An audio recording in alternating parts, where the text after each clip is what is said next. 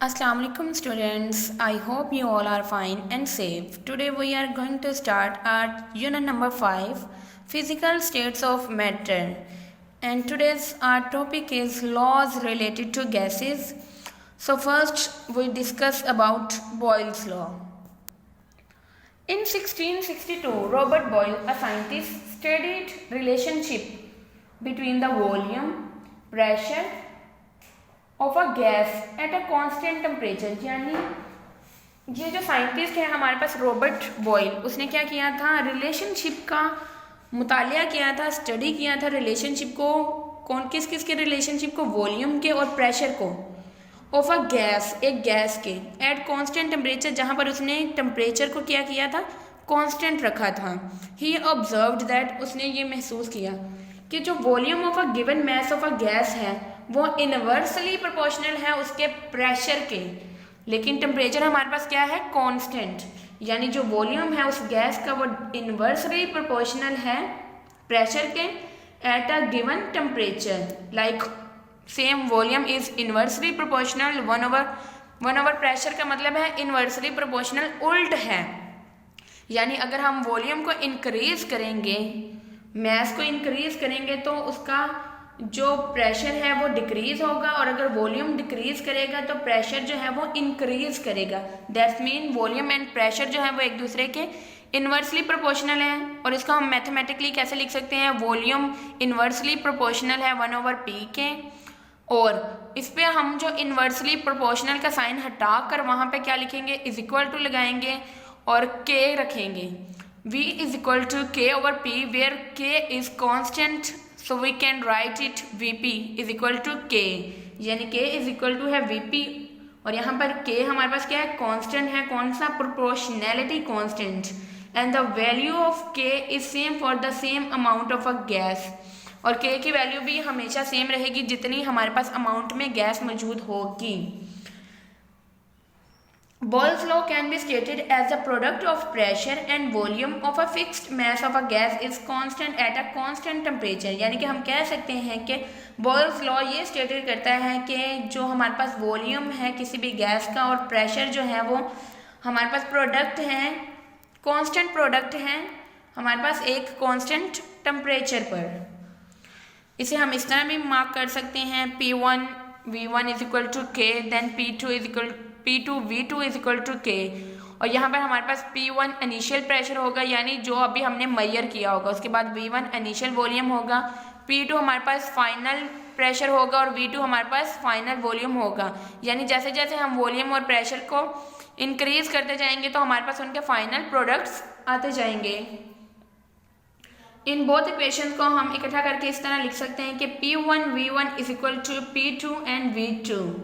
P1 as usual pressure, V1 volume, P2 final pressure, V2 final volume. Now let's see the experimental verification of Boyle's law, कि किस तरह boils ने, Robert boil ने अपने इस law को experimental verification के थ्रू प्रोसीड किया था। तो एक्सपेरिमेंटल वेरिफिकेशन में हमने देखना है कि उसने क्या किया था, 4 कंटेनर्स ले लिए थे डिफरेंट, और उन कंटेनर और सिलेंडर के अंदर उन्होंने एक गैस रखी, और उन जो कंटेनर या सिलेंडर है उनके ऊपर एक पिस्टन लगा हुआ है। आप देख सकते हैं इस पिक्चर में पिस्टन, मूवेबल पिस्टन है जिसको हम मूव करवा सकते हैं प्रेशर बढ़ा बढ़ा कर। पहले आप सिलेंडर में देखें, उसने प्रेशर 2 एटमॉस्फेरिक रखा है, आप देख सकते हैं 2 एटमॉस्फेरिक रखा गया है, उसने अप्लाई किया है। तो वॉल्यूम ऑफ द गैस कितना है, 1 डेसीमीटर क्यूब। जब उसने प्रेशर को इंक्रीज किया है, यानी 2 से उसने इसको 4 एटमॉस्फेरिक कर दिया है, तो वॉल्यूम क्या हुआ है, डिक्रीज हो गया है। यानी 1 डेसीमीटर क्यूब था, वो डिक्रीज होकर 0.5 डेसीमीटर क्यूब बन गया है। फिर सेम इसी तरह उसने तीसरे सिलेंडर में जब प्रेशर को और इंक्रीज करवाया है, 6 एटमॉस्फेरिक किया है, तो हमारे पास जो वॉल्यूम 0.5 डेसीमीटर क्यूब था वो 0.33 डेसीमीटर क्यूब हो गए।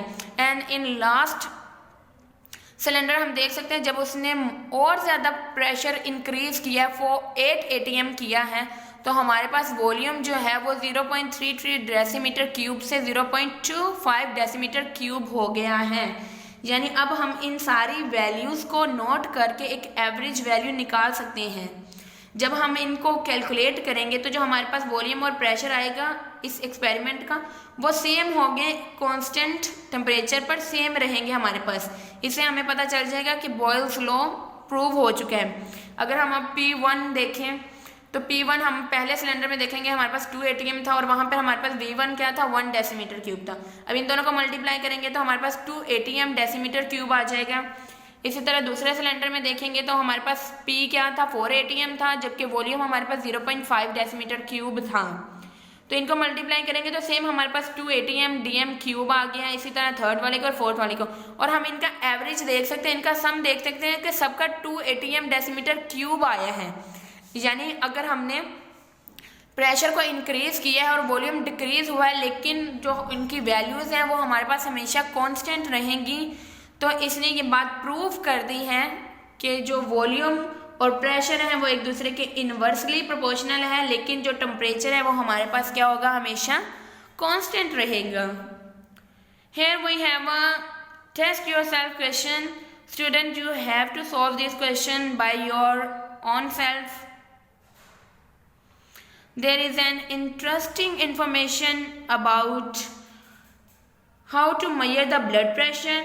So blood pressure is measured using a pressure gauge. Pressure gauge को यूज़ करके हम ब्लड प्रेशर को मेजर कर सकते हैं। And also the details of this block you have to read this block by yourself too. Here we have a example of Boyle's law on page number 80. Example 5.1. A gas with volume 350 centimeter cube has a pressure 650 mm of G. If its pressure is reduced to 325 mm of Hg, calculate what will be the new volume. यानी हमारे पास V1 350 centimetre cube, P1 हमारे पास वो pressure भी दिया है 650, उसके बाद हमारे पास P2 भी दिया गया है 325, लेकिन हमने कैलकुलेट क्या करना है V2 यानी वॉल्यूम 2। तो हम इसमें क्या यूज़ करेंगे, Boyle's law P1 V1 is equal to P2 V2, where अब हमने मालूम क्या करना है V2, तो V2 हमारे पास एक साइड पे आ जाएगा, जबकि P1 V1 हो जाएगा, और ये जो P1 हमारे पास यहाँ पर मल्टीप्लाई हो रहा था इस तरफ आकर हमारे पास डिवाइड हो जाएगा।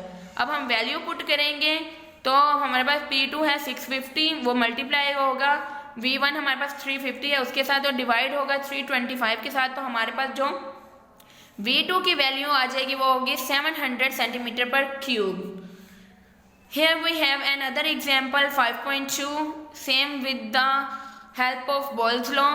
हमारे पास जो है 385 centimetre cube of a gas was enclosed in a container under a pressure of 600 mm Hg।